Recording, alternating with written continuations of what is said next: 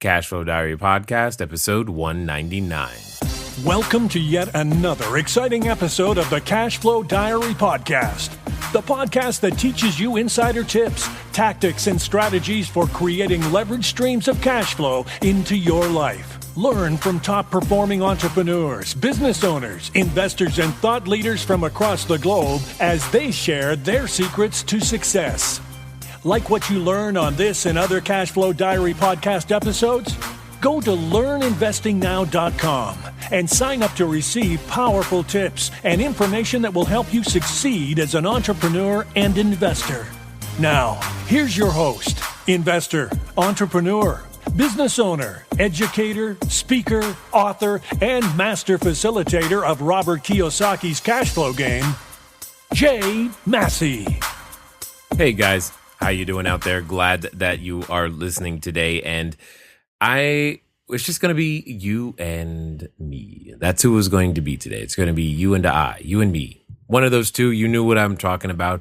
No guest. I just got some things that I want to share. Make sure that we document here at the Cashflow Diary all the things that go through whatever it takes to make all the great stuff happen. And as you guys know, if you've ever listened to episode number 1, this started out as a project to be able to document, specifically for my children was the idea, that they would know, they would have a clue of how I thought if something should happen to me, they would have the details, the understanding of what it is that they would need to know and or do in order to be able to have success and build cash flow and assets, etc. And then it wasn't until a friend said, hey, I bet you adults would be interested in that information too, that we began to do this in a more public fashion. And hey, well, here we are. We're actually approaching 200 episodes. Who knew? Who had any clue? I know I did not. I didn't know you were interested. Didn't know you would listen. Didn't know that you would star, rate, and review. We'll call that a hint. We didn't know that you would star, rate, and review the podcast, and you guys would get so much out of it. However, I'm glad that you have. I'm glad that you do. And I'm hoping that you get more out of this episode as well. Many of you know, from time to time, I've been known to hang out with individuals like Simon Black, and I just returned. Well, I say just, but it's recently returned from Lithuania at his Blacksmith Liberty and Entrepreneurship Camp. It was awesome to be there again. It was awesome to hang out with, Cliff, me, and Craig Ballantyne, and all kinds of interesting entrepreneurs from all across the globe, and be able to share with them the things that I've learned and learn from them, the things that they know from their respective countries. If you've never had an opportunity to hang out with entrepreneurs from another country, if that opportunity ever comes across your table, well, I'm just going to tell you, take it. Take it as fast as you possibly can, and you will be the better for it. I mean, your product will be better. You'll be better. Everyone around you will be grateful, and it'll only make sense after the fact. So the question is, what are we going to talk about today? And this kind of comes from some of the things that we were talking about at the entrepreneurship camp. Because the host, Simon, was very animated about a number of different subjects. But one of the things that was interesting was in today's, 160 character world, we might be deceived. You might be deceived. We can all get deceived in what it might take in order to actually achieve a result, or what it might be, how long it might be before we actually hit our stride or make that mark or do any of those big, amazing things that we've seen and heard that happen to people, and indeed us, when we go out there and make these things happen. So the first two sections. So here's what I'm going to do, and I'm going to ask you to stick with me. All right, I want you to stick with me. I promise you, there's a point to this little section that I'm about to do for you, and the next one, and you'll have to stick around for the third one in order for it all to make sense. Because the third part that I'll be going into, it has a lot to do with what I was sharing with the entrepreneurs that were at the Liberty and Entrepreneurship Camp. And most importantly, it holds the key. It holds the key to you understanding why you may not have made it yet, more importantly, what the steps are that you're going to need to go through in order to get there. And most importantly, gives you some context for the path that I believe all of us are on in some way, shape, or form. So hopefully you're ready. You might want to take some notes out because I'm going to be reading a little bit, but I think some of this information will be extremely, extremely helpful for you. Now, if you're wondering the source, most of what I'm about to read to you and give you here is coming from or was inspired by an article from the Business Insider, businessinsider.com. businessinsider.com. You'll be able to look up, if you really want to, look up the full versions of everything that I'm going to be talking about here in the next little bit.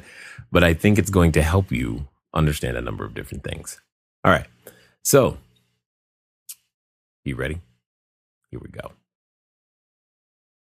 Walt Disney was fired from the Kansas City Star because his editor felt he lacked imagination and had no good ideas.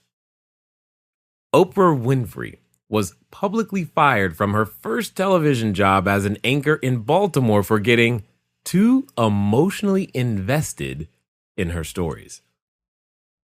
Steven Spielberg was rejected by the University of Southern California School of Cinematic Arts multiple times.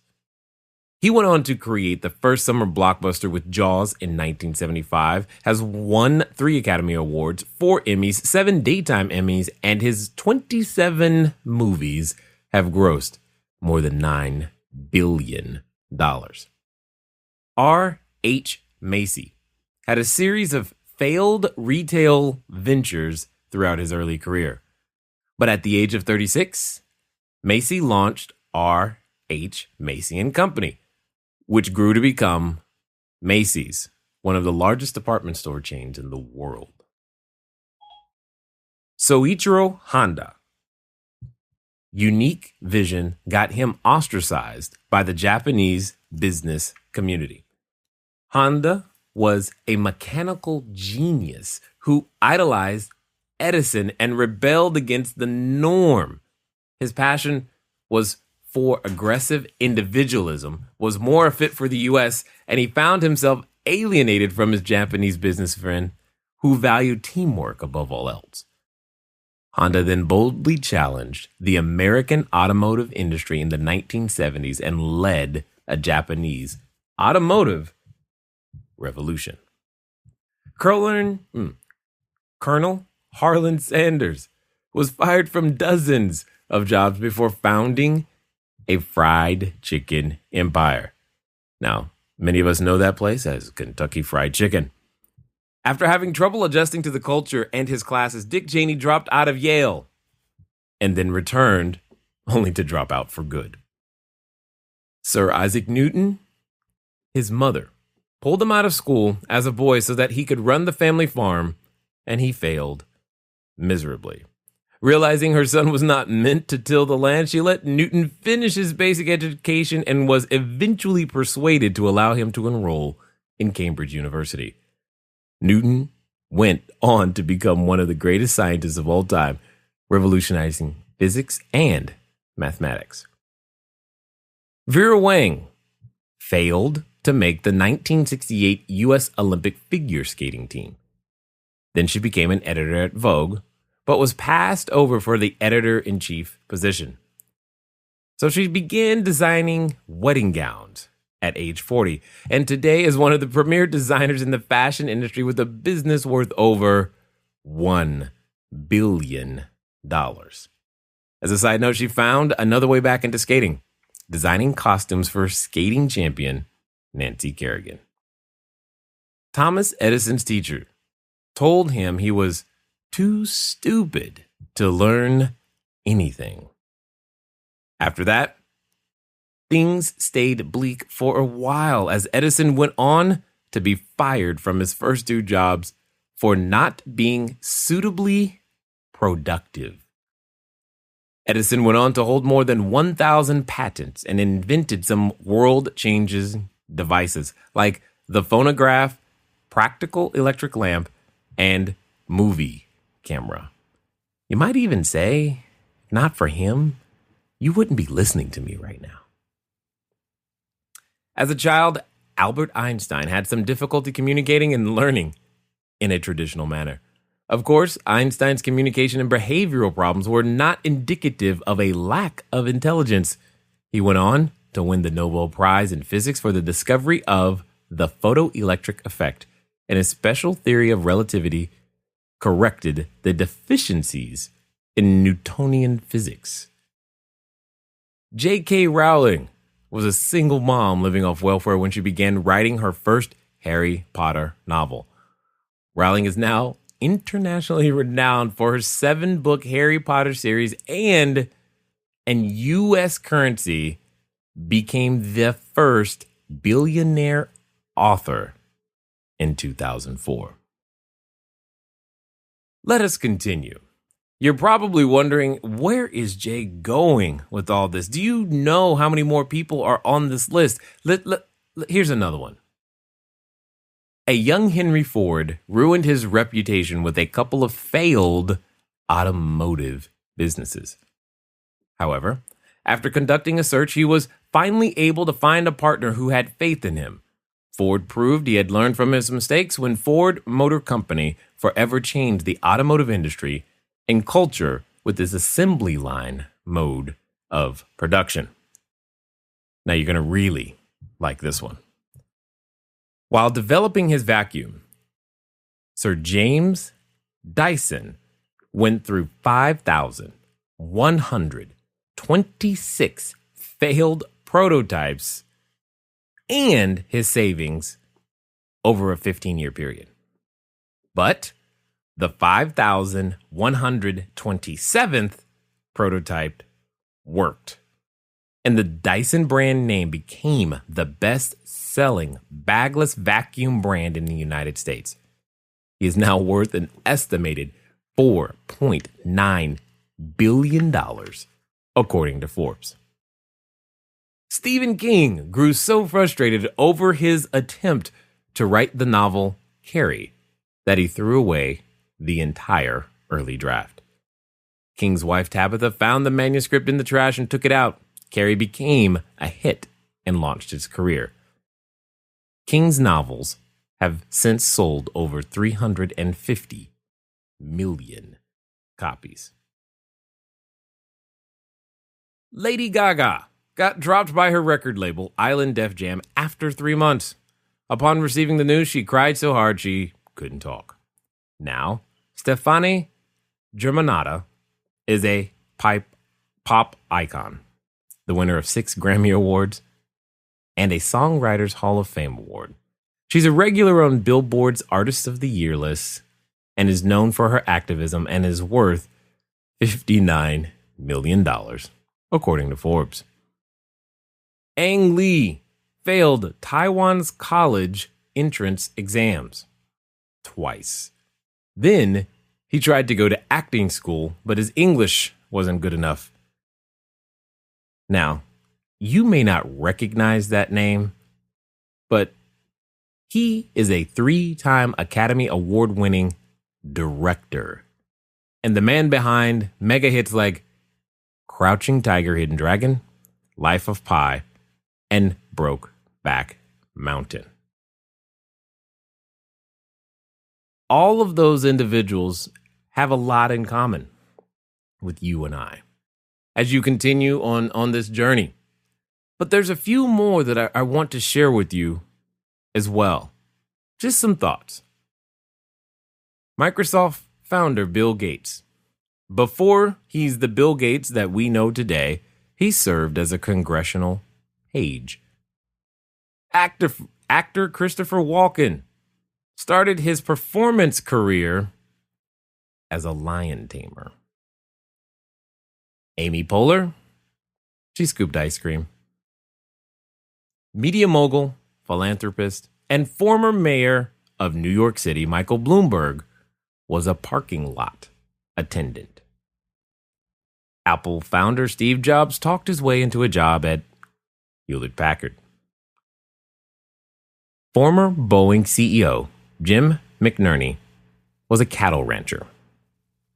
Yahoo CEO Marissa Mayer was a grocery store cashier. Goldman Sachs CEO Lloyd Blankfein peddled soda in the stands of Yankee Stadium. Netflix CEO Reed Hastings sold vacuum cleaners door to door. Former Secretary of State Madeleine Albright sold bras. That's right, bras. Amazon founder Jeff Bezos castrated bulls and ran a summer camp. Hopefully not at the same time. My point is thus. Often we ask ourselves, why haven't I made it yet? How come so-and-so got lucky and I'm better than them and I haven't, aren't I better than them? I know how to do X, Y, and Z better. I've been doing this for 5 years, 6 years. I've been trying this for 3 whole months. All of these things, they're true. You have been. And you do have the ability to be better. But here's the thing. There's a process to the path to becoming successful. Now, many of those names you probably have heard. Many of those names you may have expected. Many of those names you heard, but you probably didn't know that they did that first. I think some of the impressive ones that stand out are the idea of Mr. Dyson there.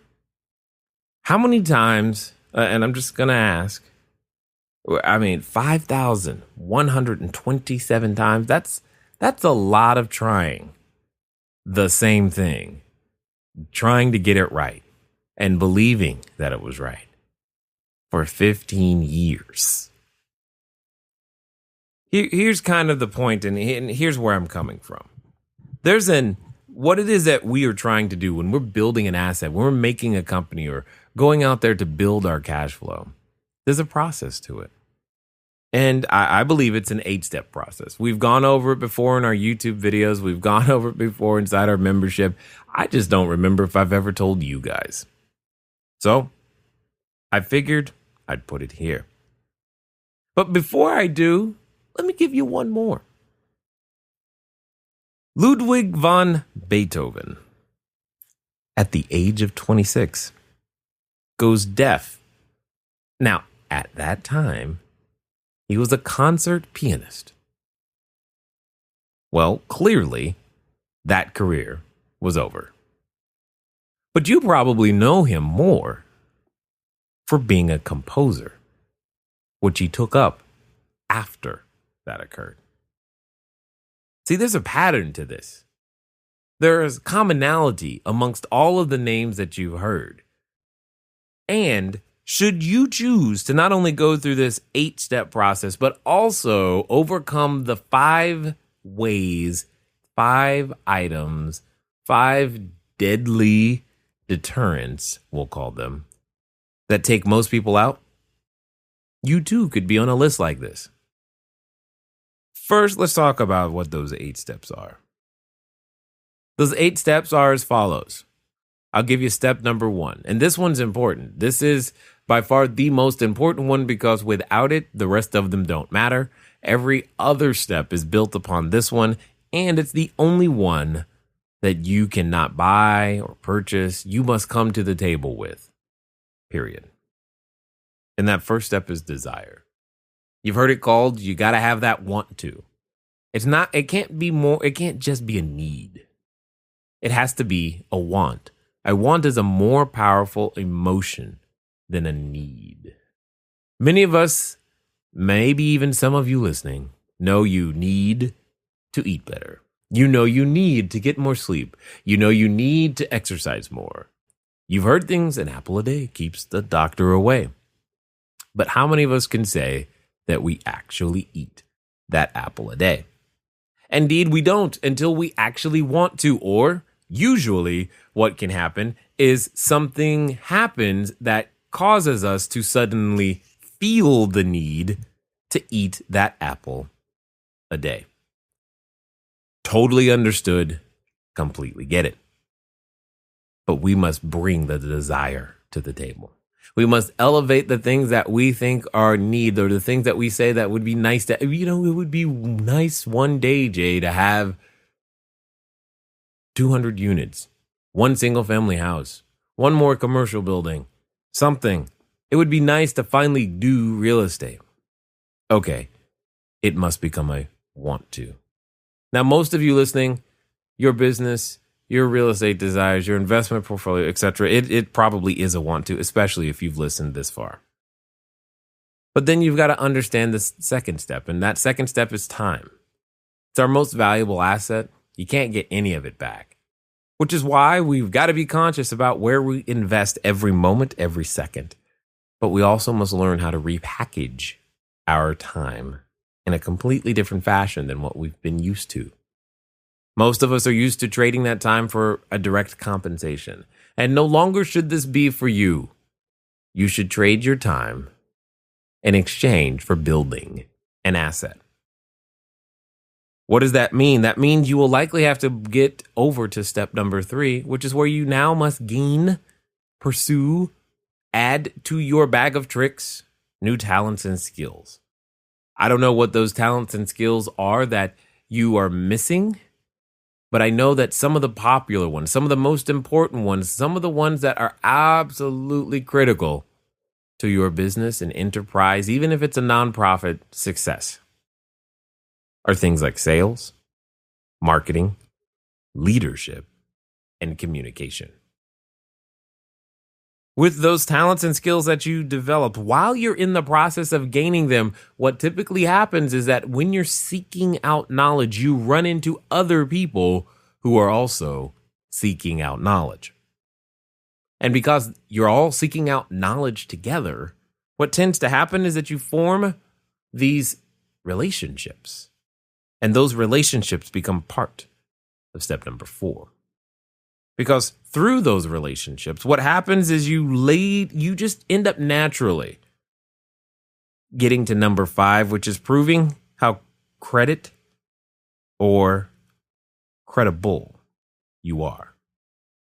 Because you gain credit with the individuals every time you show up, every time you do the homework assignments, every time you continue to listen to the next podcast episode, every time you actually follow through on the homework that the instructor or mentor or whatever you guys are submitting yourselves to says. When you read a book and you all do what it says together, you gain credit and credibility with them, which is a necessary step to get you to number 6.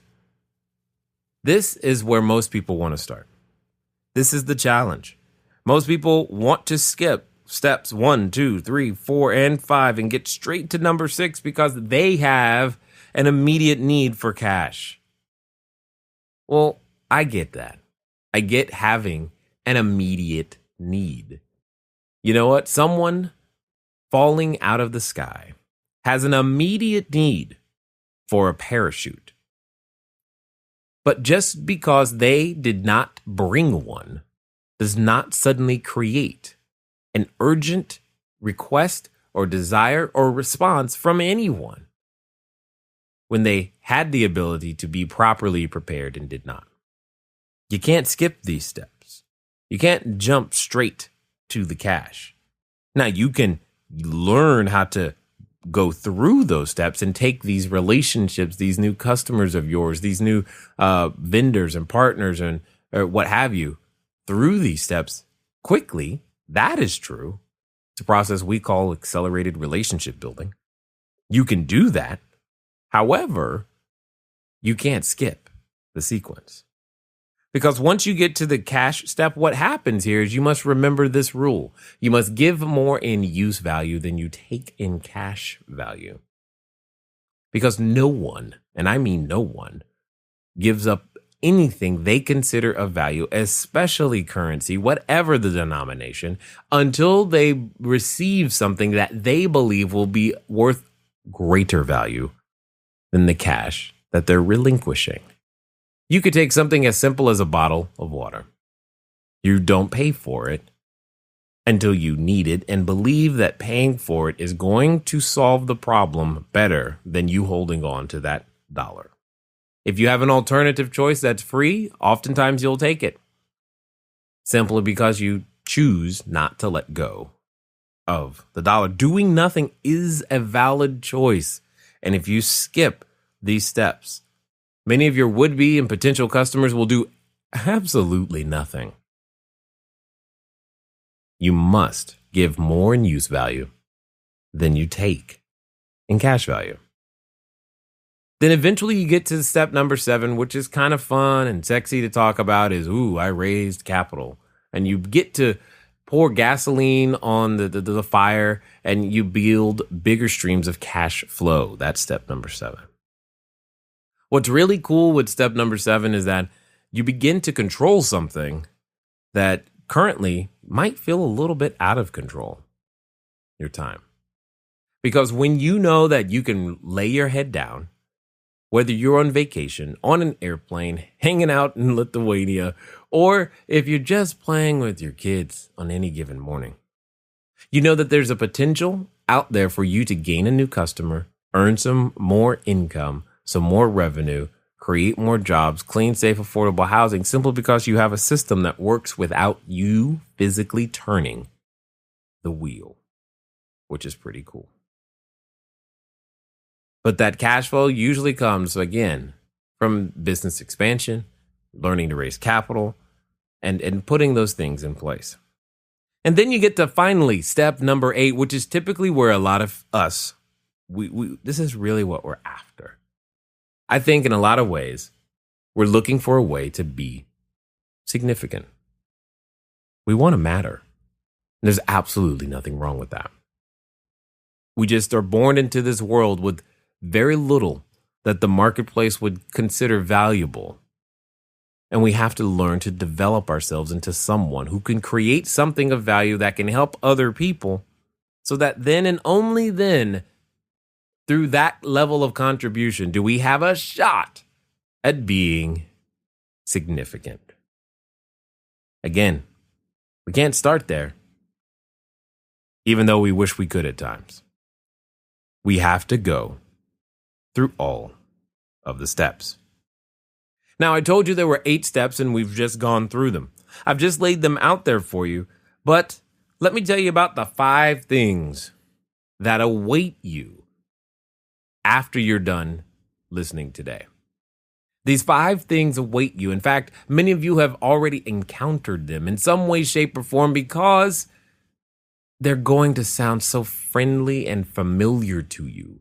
You've run up against them every time you've decided that you were going to move up or move away from something that was holding you back, or go that extra mile in a completely different way than you had previously thought before. They're overly familiar to you. They're friends.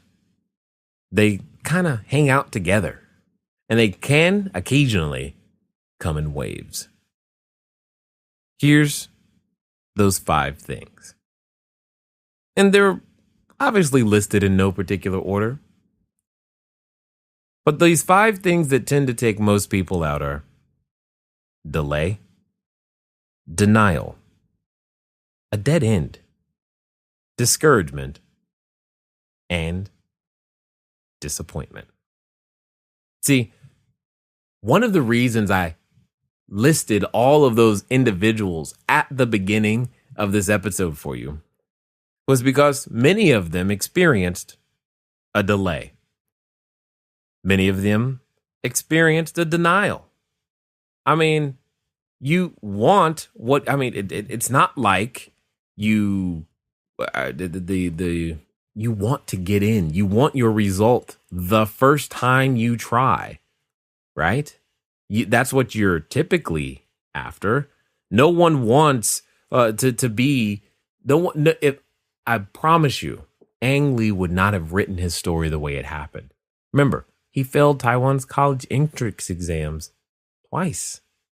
Then he tried to go to acting school, and that didn't work because his English wasn't good enough. Now, what's really interesting is that his father was a high school principal. All of that's going on, and where he belonged was clearly directing movies. See, those delays, those denials, actually, when taken the best way, can lead you to what it is that you're actually supposed to do. Now, a dead end can also be deadly for your dreams. Pretty much Stephen King experienced this, right? Because he grew so frustrated about Carrie that he threw it away, completely gone.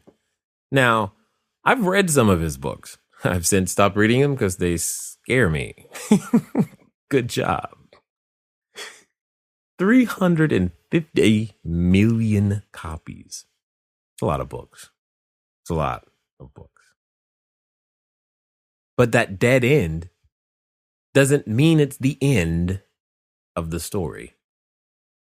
He had to give it one more shot. Yes, Tabitha took it out of the trash, but he still had to decide to engage again. Discouragement, disappointment, and I think the poster child of all of those clearly is either Thomas Edison or Sir James Dyson. I mean, he's developing a vacuum. And it's not like vacuums didn't exist. He was just trying to make a better one. 5,126 failed prototypes. Now, I just want to ask you this very direct and clear question. How many offers have you written?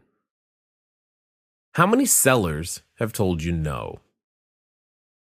How many investors have you talked to really? How many times have you actually knocked on a door? How many leads have you really called? How long have you spent and invested in that idea? Because see, Sir James Dyson, he spent 15 years.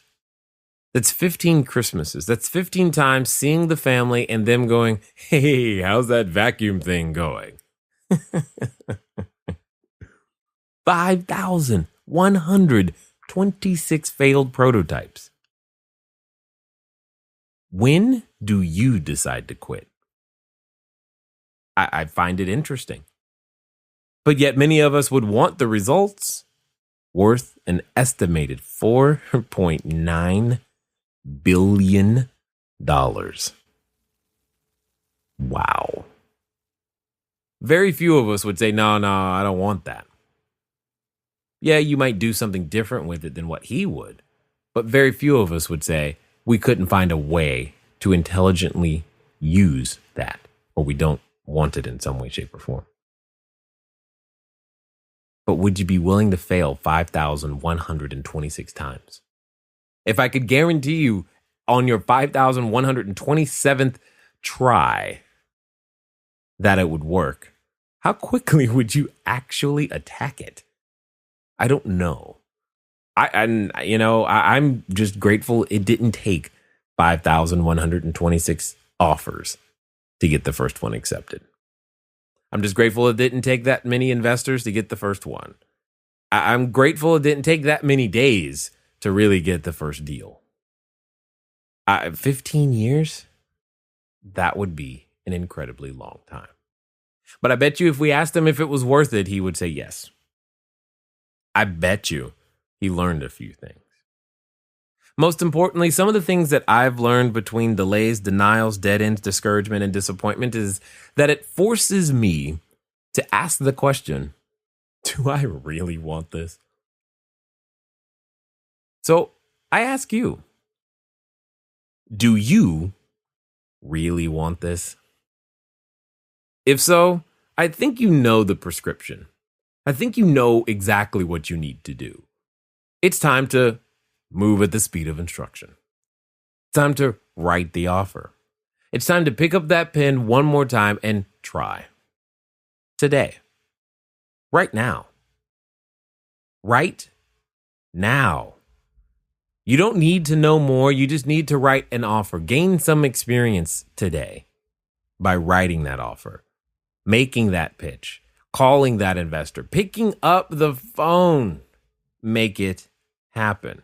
Hey, the worst that could happen to you is you experience a failure event. You get to experience something that you didn't intend on at the beginning happening. Well, as we've already discussed, to me, it sounds like you'd be in pretty good company. Will you join us?